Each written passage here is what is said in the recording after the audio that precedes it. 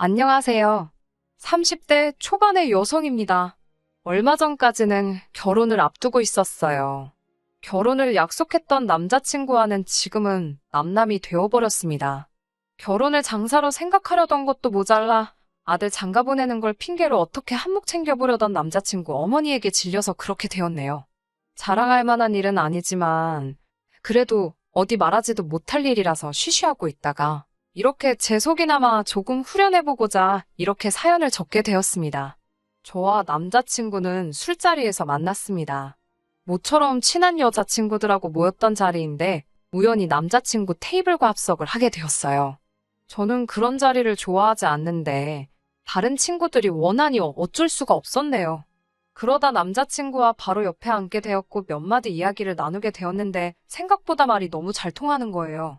어느덧 시간은 늦어 집에 가야 할 시간이었고 남자친구가 다시 한번 만나고 싶다면서 제 연락처를 물어보더군요. 저도 술이 어느 정도 오른 탓에 제 연락처를 주긴 했지만 진짜 연락이 올 거라곤 생각지 못했습니다. 하지만 이튿날 남자친구가 저에게 잘 들어갔냐며 연락을 해왔고 그 일을 계기로 저희는 2주 동안 5번이나 더 만났어요. 대화도 잘 통하고 취향도 비슷해서인지 금방 사귀는 사이가 되었습니다. 남자친구와 사귀고 1년 정도 지나자 남자친구는 저를 자기 가족에게 소개시키고 싶어 했습니다. 하지만 저는 결혼에 대한 확신 없이 굳이 가족까지는 만날 필요가 없다고 생각했어요. 이유가 어떻든 사람끼리 만나면 정이 들기 마련인데 제가 남자친구랑 헤어지기라도 하면 마음 아프니까요. 그렇게 1년이란 시간이 더 흐르고 제 생일이었습니다. 남자친구가 저에게 프로포즈를 해왔어요. 꿈에 그리던 장미꽃에 촛불이 켜져 있는 그런 로맨틱한 프로포즈는 아니었지만요. 사실 사귀면서 알게 된 건데 남자친구의 수입은 어머님이 관리하고 계셨습니다. 처음엔 저도 이해할 수가 없었어요. 하지만 남자친구가 이유를 설명해주고 나니 남자친구의 입장도 이해가 가더라고요. 남자친구 아버님은 삼형제 중 맞으신데 책임감이 대단하셨답니다. 그런 분과 결혼하신 어머님은 아버님의 두 동생을 당신 자식처럼 키우셨대요. 하지만 아버님 머리는 시원찮았고 그나마도 툭하면 술값이며 도박빚으로 날려버려서 어머님이 설거지다 뭐다 생고생을 하시며 집안 살림을 꾸려나가셨답니다. 그래도 덕분에 두 삼촌들 다 대학 나오고 남자친구까지 번듯하게 키워내신 분이세요. 그렇다 보니 당신 스스로 살아오신 방식에 대해서 자부심이 대단하셨습니다. 10원짜리 동전 하나 허투루 쓰신 일이 없으셨고 동네 아주머니들한테 지독하다 손가락질 받으며 사셨지만 한 점 부끄러움 없으시다 이거였지요. 사정이 그렇다 보니 남자친구의 월급 관리도 어찌 보면 당연히 어머님이 하셔야 하는 일이 되었고요. 남자친구 말에 의하면 월말에 카드 명세서가 날라오면 어머님이 하나씩 다 따져보시고 물어보신다고 했습니다. 상황이 그렇다 보니 남자친구가 소위 딴 주머니를 찬다는 건 거의 불가능한 상황이었지요. 그 와중에 이벤트는 가당치도 않았고 저도 잘 알고 있었습니다. 그나마 어떻게 용케도 반지 하나는 준비했다 싶어서 그게 참 감동적이었어요. 이런 남자랑 어떻게 결혼하려고 했냐고요? 남자친구 말이 어머님께서 분명히 자기가 결혼하게 되면 경제권을 넘겨주신다고 약속하셨다 했습니다. 저는 그 말을 철석같이 믿었고요. 아무튼 본론으로 돌아와서 프로포즈를 받고 며칠 뒤가 남자친구 아버님의 생신이었습니다. 남자친구는 그때 집에 같이 가서 식사도 하고 인사도 드리면 어떻겠냐고 물었습니다. 저도 그게 좋은 생각 같았어요. 아버님이 좋아하신다는 홍삼 세트와 어머님 선물로 꽃바구니를 준비했어요. 나름 선물 중에서는 무난하다고들 하는 걸로 준비를 했는데 저는 이걸로 욕을 먹게 될 줄은 정말 상상도 하지 못했습니다. 저도 본가가 서울이었고 남자친구도 본가가 서울이었기 때문에 이동 자체가 어렵거나 복잡하지는 않았습니다. 하지만 남자친구의 동네에 도착했을 때 워낙 비슷하게 생긴 연립주택들이 많아서 조금 고생하긴 했네요. 남자친구에게 집 앞으로 나와달라고 부탁을 하기 위해 전화를 걸었지만 받질 않더라고요. 결국 양손에 짐을 든 상태에서 이 골목 저 골목 뒤지느라 약속했던 시간보다 10분 정도 늦게 도착했습니다. 초인종을 누르니 어머님이 나오셨는데 반겨주는 기색이 아니라 저를 한번 힐끗 보시더니 시큰둥하게 들어오라고 하시더군요. 그런데 그 눈빛엔 며느리 될 사람을 처음 만난다는 기색은 전혀 없었고 짧은 찰나지만 첫 인상으로 저를 평가하시는 느낌이라 괜히 주눅이 들었습니다. 물론 제가 지나치게 생각했을 수도 있지만 다정하게 인사 한마디 안 해주시니 서운했어요. 제가 남자친구에게 좀 나와주지 그랬냐고 살짝 투정을 부렸더니 어느샌가 그걸 들으신 어머님께서 어른들 앞에서 남편 될 사람 무안 주는 거 아니라며 한마디 하셨습니다. 저도 모르게 죄송하단 소리가 입에서 튀어나왔어요. 시부모님께 드릴 선물을 들고 있는 두 손이 민망하여 일단 것을 한쪽에 내려놓으니 어머님께서 이쪽으로 가져오라 하셨습니다. 아버님 선물을 보시더니 얼마 줬냐고 물으시더군요. 정확히 얼마짜리라고 말씀드리는 것도 좀 웃긴 것 같아서 잘 모르겠다고 둘러댔습니다. 그러자 당신 핸드폰을 꺼내서는 검색을 해보시더라고요. 가격이 궁금하신 그 마음이 이해가 안 되는 건 아니지만 그래도 그렇지 사온 사람이 앞에 있는데 저를 바로 앞에 두고 그게 얼마나 하는지 가격을 찾아보는 건 예의가 아니지 않나요? 저도 물건 살 때 최저가 확인하고 사긴 하지만 선물 받은 걸 굳이 찾아보고 하진 않거든요. 특히나 당사자 앞에서 그건 실례잖아요. 제가 사간 홍삼이 10만 원이 조금 넘는 제품이었는데 어머님께서는 저더러 너는 돈을 쓸 때 무슨 기준으로 쓰냐며 물어보시더군요. 무슨 뜻인지 잘 모르겠어서 그게 무슨 말씀이시냐고 물어봤더니 인터넷에 홍삼이라고 검색하면 얼마나 많은 제품이 나오는 줄 아냐입니다. 저는 아버님 드릴 거라서 제일 유명한 회사 거로 산 거라고 말씀드렸더니 저보고 세상 물정을 그렇게 모르냐고 그게 다 상술에 놀아나는 거라고 홍삼이 다 거기서 거기지 회사가 너 같은 애들 꼬시려고 얼마나 광고에 돈을 많이 쏟아붓는 줄 아냐면서 다음부터는 제일 싼 거로 사오던지 아니면 그냥 돈으로 가져오라고 하셨습니다. 비록 제가 홍삼을 직접 만든 건 아니지만 엄연히 제 마음과 성의가 들어간 건데 그렇게 말씀하시니 너무 야속하게 느껴졌습니다. 하지만 어머님은 제 불편한 마음은 눈치채지 못하셨는지 하시던 말씀을 계속하셨어요. 꽃 같은 것도 나가면 길바닥에 천지가 꽂히고 풀떼기라면서 이런 걸 왜 돈 주고 사냐고 하셨습니다. 꽃이 보고 싶으면 산에 가면 된다고요. 그러면 공기도 좋고 건강도 좋아진다며 당신 아들이 벌어다 주는 돈을 앞으로 제가 이렇게 허투루 쓸까봐 겁난다 하시더군요. 남자친구 딴에는 어떻게든 제 편을 들어주려고 원래는 제가 엄청 아껴 쓰고 절약하는 성격인데 오늘은 인사 온다고 잘 보이고 싶어서 돈을 쓴 거라고 어머님더러 이해해 주랍니다. 그러면서 저한테 얼른 죄송하다고 다음부터는 한 번 더 생각하겠다고 사과드리래요. 너무 황당하고 어이가 없었는데 얼떨결에 남자친구가 말하라는 대로 말씀드렸습니다. 내 돈 주고 사가지고 온 선물을 가지고 죄송하다고 사과를 드렸네요. 다음에는 어머님이 말씀하신 대로 미리 잘 알아보고 하겠다고요. 밥 먹는 동안에는 대화 아닌 대화가 오갔습니다. 어머님은 계속해서 물가가 올랐다. 계란은 그래도 어디가 싸다. 뭐 정말 돈하고 관련된 이야기만 하셨고 아버님은 식사를 어찌나 빨리 하시는지 말도 못 붙이겠더라고요. 그나마 착한 남자친구가 어머님이 말씀하시는데 맞아요 네네 하면서 맞장구만 쳐주고 있었고 저는 말 그대로 꺼다 놓은 보릿자루 마냥 구석에 있었습니다. 게다가 정말 마음 상하는 일이 있었는데요. 사람이 넷인데 갈치는 세 토막만 올라와 있더라고요. 하신다는 말씀이 마트에 갔는데 한 팩에 5,000원이더래요. 그 말이 진짠지 어쩐지는 모르겠지만요. 그러면서 어머님이 먼저 한 토막 집어가시고 아버님 한 토막 집어가시니 당연히 한 토막이 남았지요.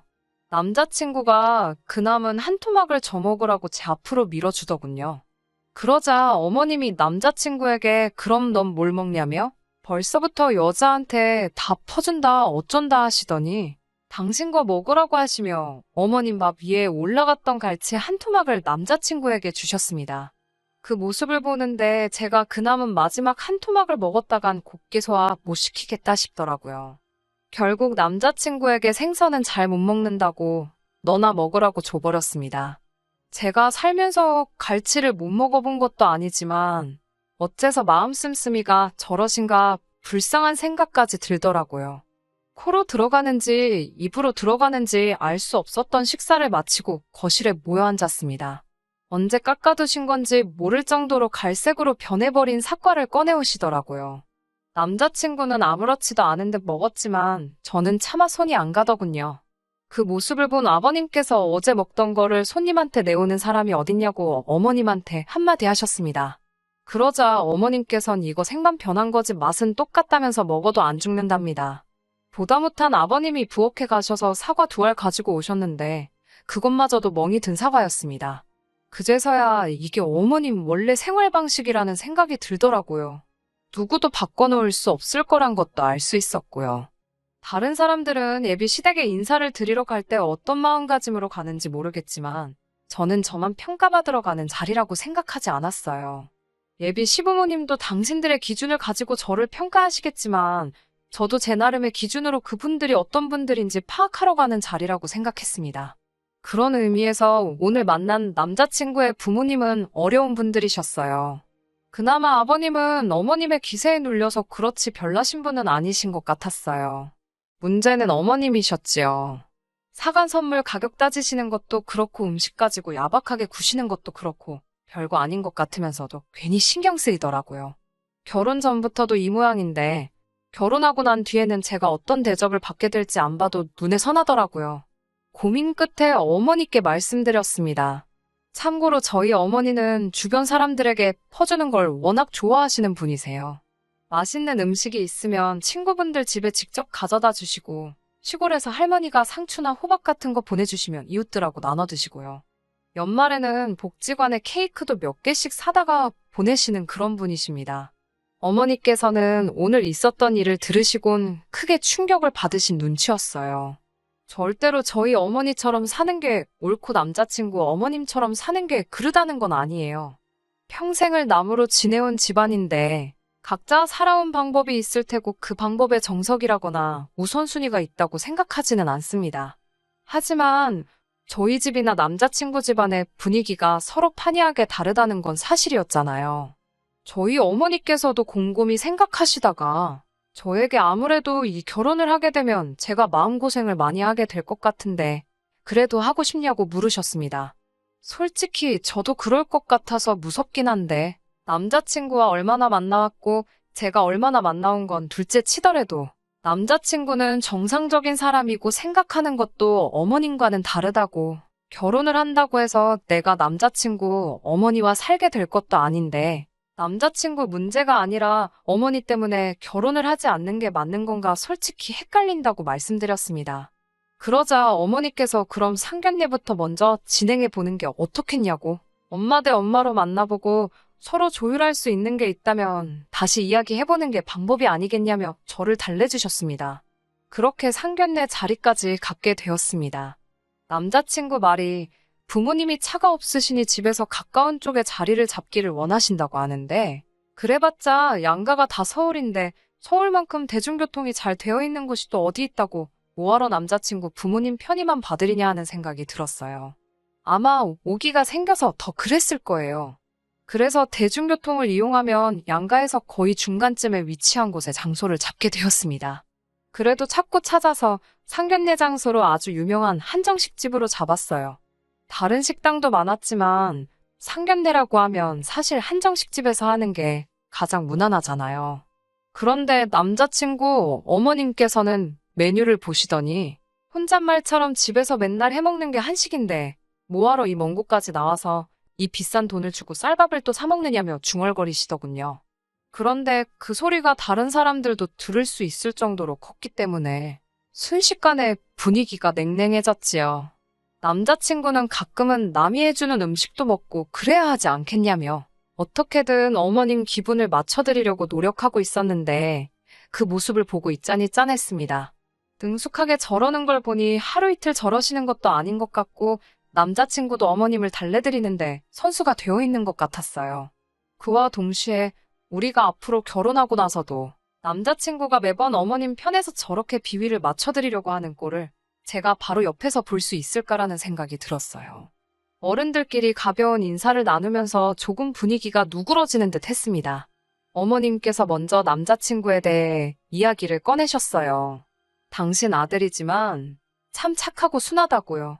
졸업하자마자 번듯한 회사에 취직해서 지금 승진도 2번이나 했고 담배도 안 핀답니다. 요새 이런 남자가 어딨냐면서 당신이 처녀였으면 결혼해달라고 목을 맸을 거랍니다. 저희 어머니께서도 질세라 제 자랑을 하셨습니다. 곱게 키워서 좋은 대학 졸업시켰더니 바로 대기업까지 들어가서 부모 어깨에 힘들어가게 해줬다고요. 그러면서 저희 딸도 담배 안 핀다고 한마디 덧붙이셨는데 하마터면 웃음이 나올 뻔했습니다. 어머님이 자랑 같지도 않은 걸 자랑이라고 덧붙이신 게 꼴보기 싫으셨던 모양이에요. 어느 정도 양가 어머님들의 자식 자랑이 오가고 나서 본격적으로 결혼식에과 신혼 살림에 관한 이야기가 나왔습니다.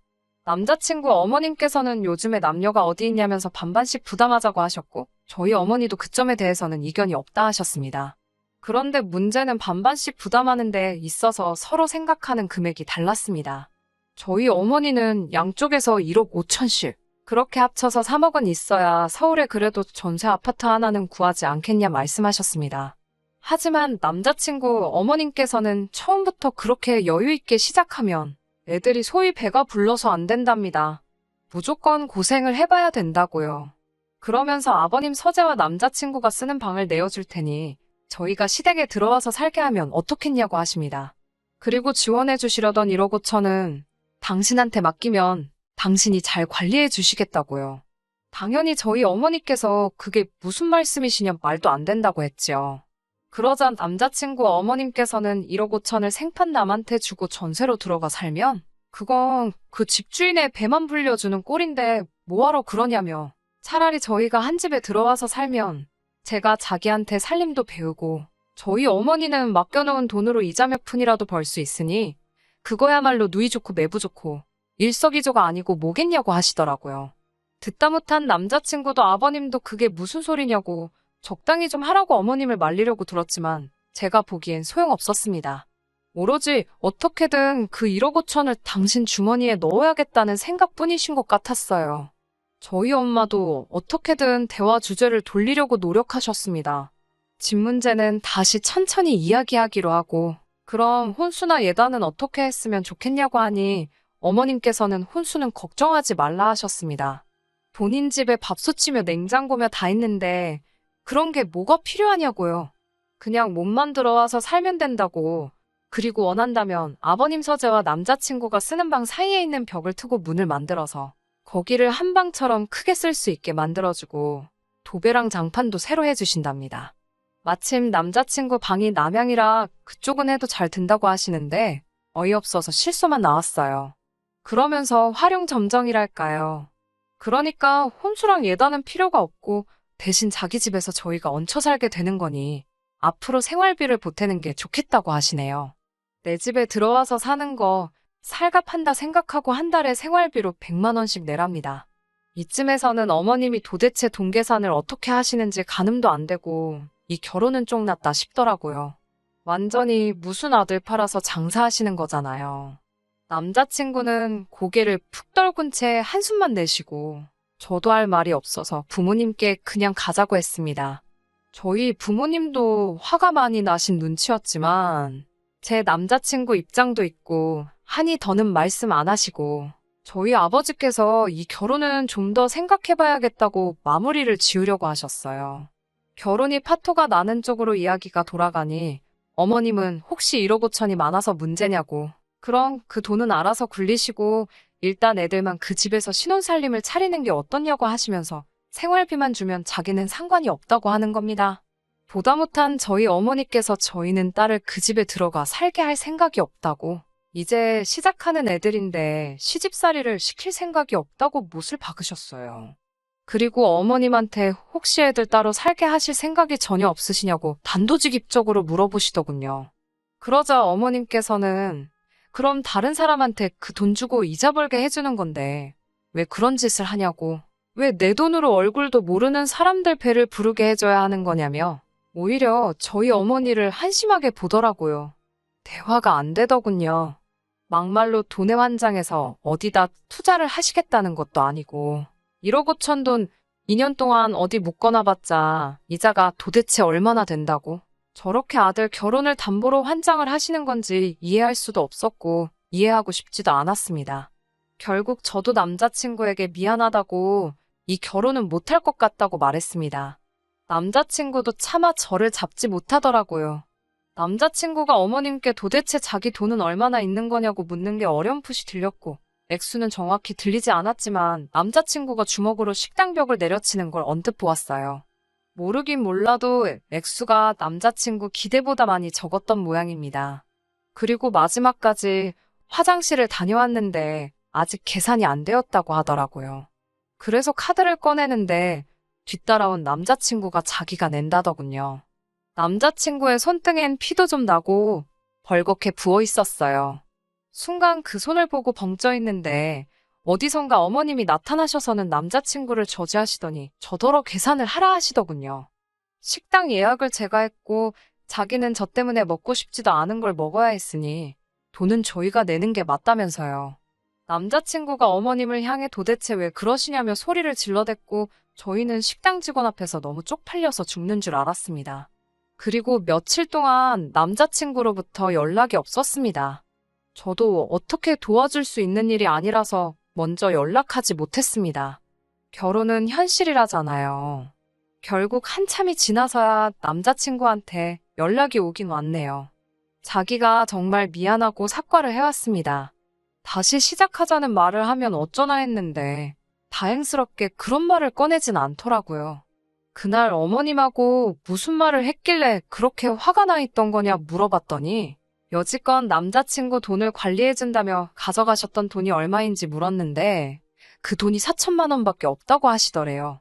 남자친구의 계산이면 1억 5천까지는 턱없이 부족해도 여태까지 보내드린 돈이면 1억 근처까지는 갔을 거라고 확신을 했었다고 합니다. 그런데 막상 물어보니 남자친구의 예상보다 반도 안 되는 터무니없는 금액이었던 거예요. 그동안 관리해주신다고 가져가신 돈은 다 어쩌시고 그거밖에 없냐고 물어봤더니 어머님은 무슨 소리를 하는 거냐며 그 돈은 다 남자친구가 가져다 쓴 거 아니냐고 우기시더래요. 그런데 정작 그 돈을 어떻게 관리하셨는지 뭐 내역서고 뭐고 하나도 없으니 시시비비를 가릴 수도 없고 남자친구도 답답해 죽을 노릇이랍니다. 대신 이번 사건을 계기로 남자친구는 가족하고 연을 끊었다고 하네요. 남아있는 4천만 원도 도로 다 가져왔다고 하고요. 미련이 남은 건 아니지만 혹시나 자기가 돈을 많이 모아서 다시 한번 제 앞에 설 수 있는 상황이 되면 그때 자기를 다시 만나줄 수 있냐고 물어보더라고요. 안쓰럽게 말하는 남자친구 모습에 마음이 아프긴 했지만 제가 어떻게 해줄 수 없는 일이라는 건 누구보다 잘 알고 있었어요. 당장 지금은 연을 끊었다고 할지는 몰라도 부모님과 어떻게 무자르듯 연을 그렇게 쉽게 끊어버리겠어요? 그래서 그냥 앞으로 서로 좋은 사람을 만날 수 있게 기도하자고 했어요. 남자친구도 저보다 좋은 사람을 만날 것이고 저도 남자친구보다 더 좋은 사람을 만날 수 있도록 말이에요. 남자친구도 제 말이 무슨 뜻인지 알았는지 더 길게 이야기하지는 않더라고요. 당분간은 그저 아무 일도 없었던 것처럼 지내고 앞으로 있을 새로운 인연을 준비해 보려고 합니다. 끝까지 들어주셔서 감사합니다. 오늘의 사연은 여기까지입니다. 구독과 좋아요, 알람 설정 부탁드리고 더 좋은 사연으로 다시 찾아뵙겠습니다. 감사합니다.